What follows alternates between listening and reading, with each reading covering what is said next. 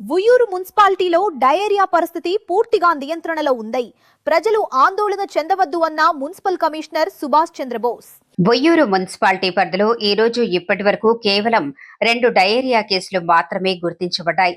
పరిస్థితిని మున్సిపల్ అధికారులు, వైద్య మరియు పారిశుధ్య సిబ్బంది నిరంతరం పర్యవేక్షిస్తున్నారు. ప్రజలు ఎలాంటి భయాందోళనకు గురికావాల్సిన అవసరం లేదని మున్సిపల్ కమిషనర్ సుభాష్ చంద్రబోస్ తెలిపారు.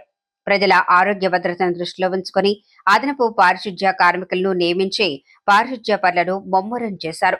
డ్రైన్ల శుభ్రత, ఫాగింగ్ కార్యక్రమాలను మున్సిపల్ కమిషనర్ సుభాష్ చంద్రబోస్ పర్యవేక్షించారు.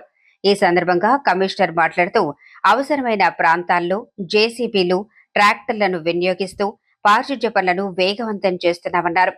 తాగునీటి విషయంలో ప్రత్యేక జాగ్రత్తలు తీసుకుంటున్నారు.